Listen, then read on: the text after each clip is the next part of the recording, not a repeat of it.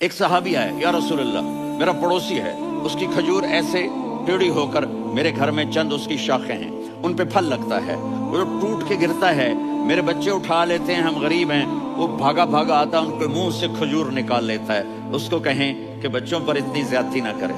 آپ نے اس کو بلایا، وہ منافق تھا، آپ نے اس سے فرمایا بھئی ایک سودا کرتے ہو؟ کہا جی کیا؟